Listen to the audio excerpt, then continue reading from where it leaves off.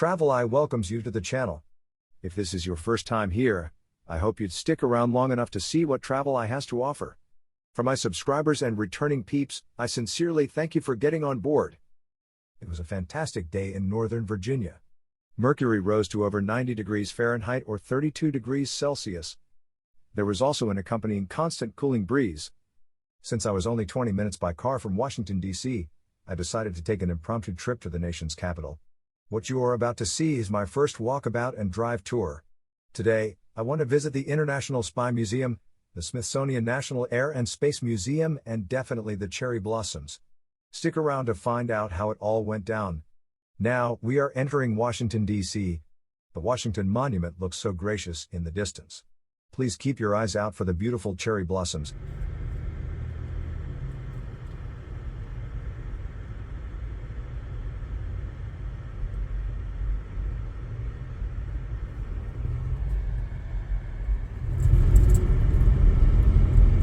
Welcome to District of Columbia.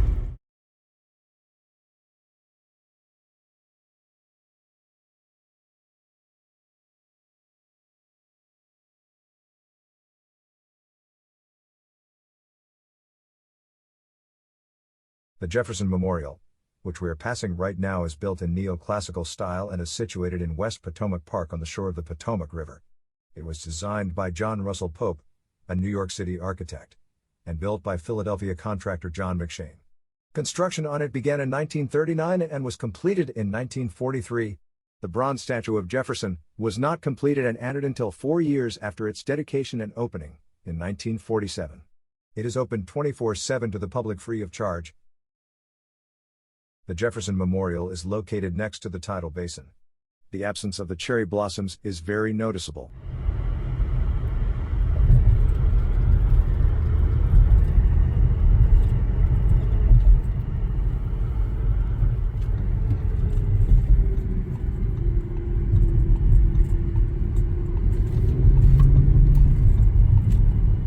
In a quarter mile, take exit 4 toward Main Avenue, Southwest Waterfront.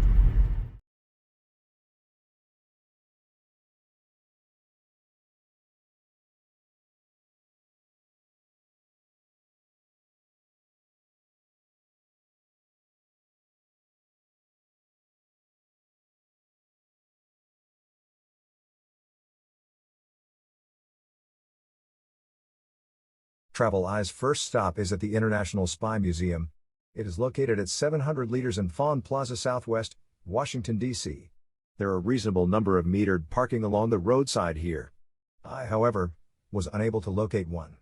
The JBG garage parking entrance is conveniently located right across from the International Spy Museum. The garage is huge with friendly attendants. Price for parking here is $15 for 1 hour.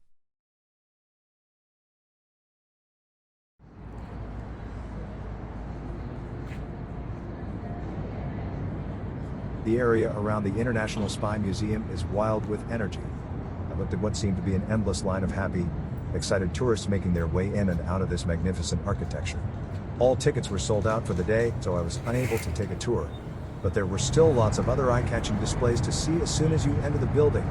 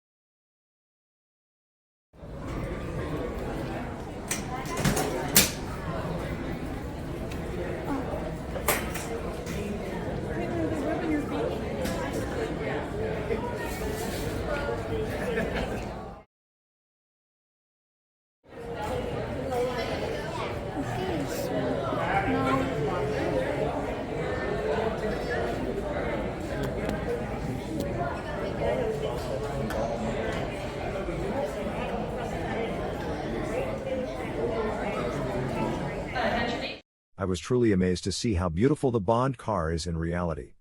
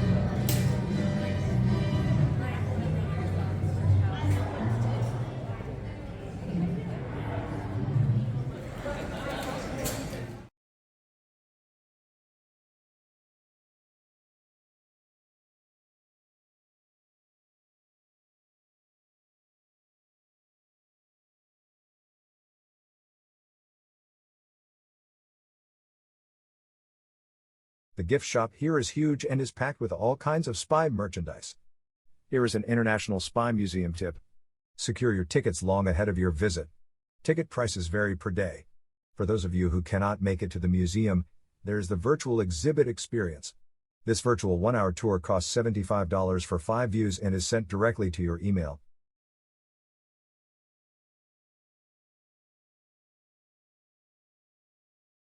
The International Spy Museum contact information is displayed in this video.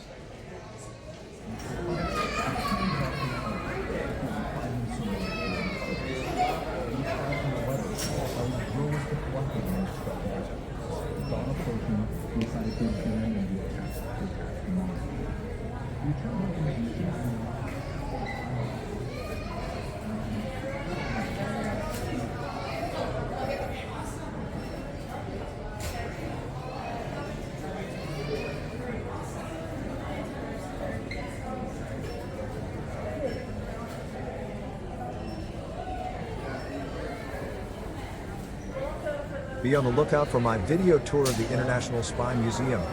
I'm excited and can't wait to show you guys what work you may be looking behind those doors.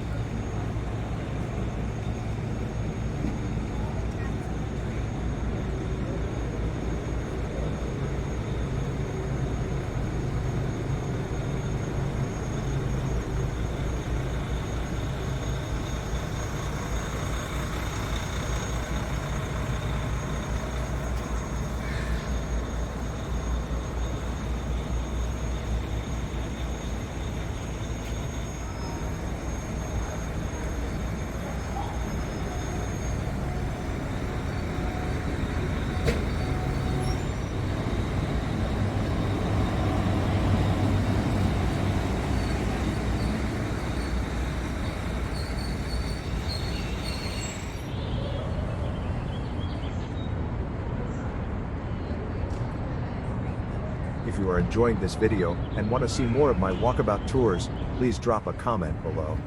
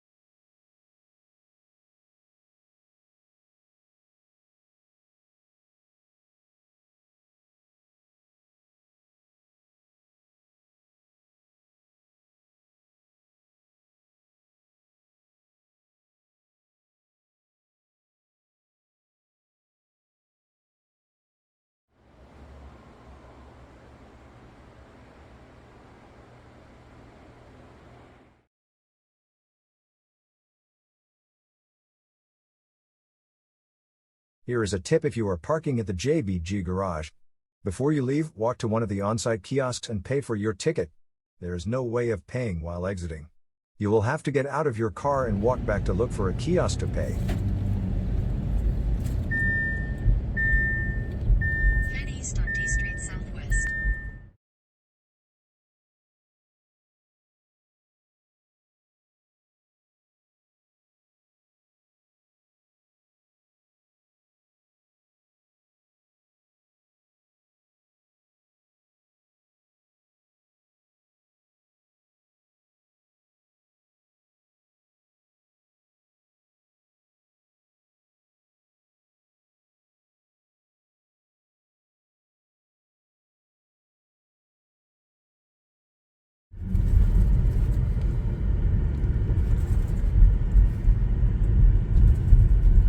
Turn right onto Independence Avenue Southwest, then you will arrive at your destination.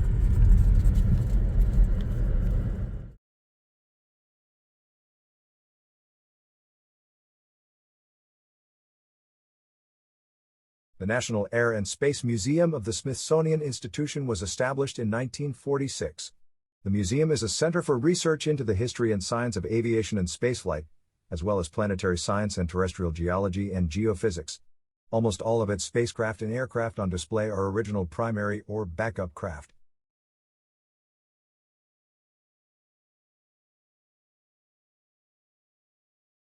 There is no charge to enter the Smithsonian National Air and Space Museum.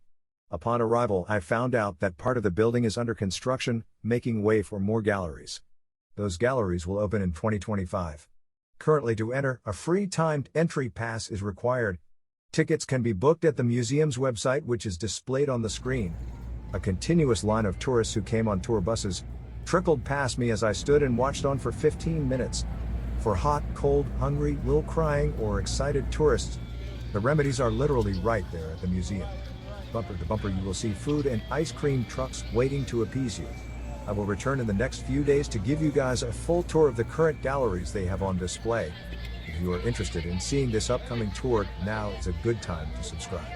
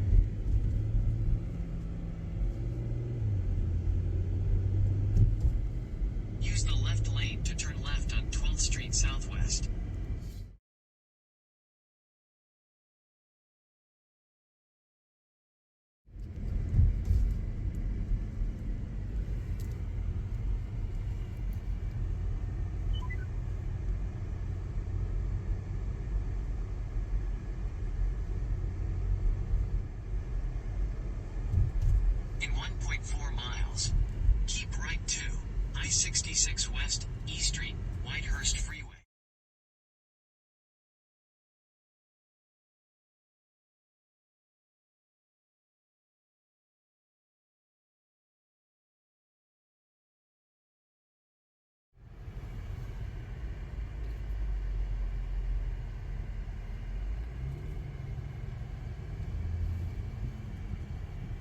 In 600 feet, turn right onto Raoul Wallenberg Place Southwest.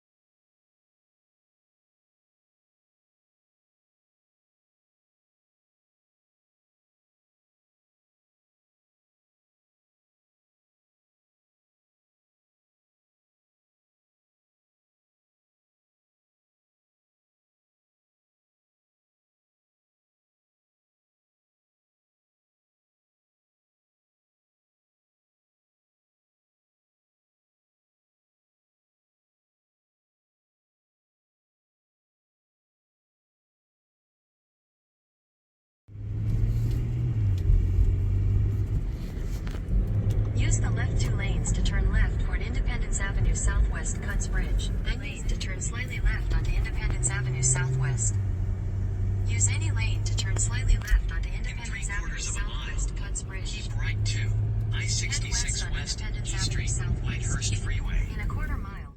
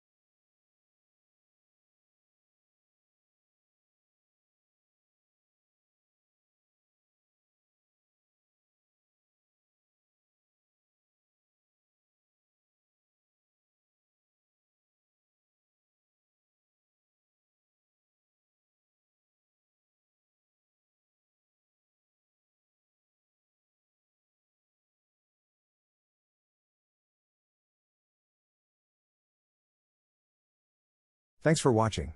If you enjoyed this video, please consider liking, sharing and subscribing to my channel. Let's catch up in the next video. Shall we?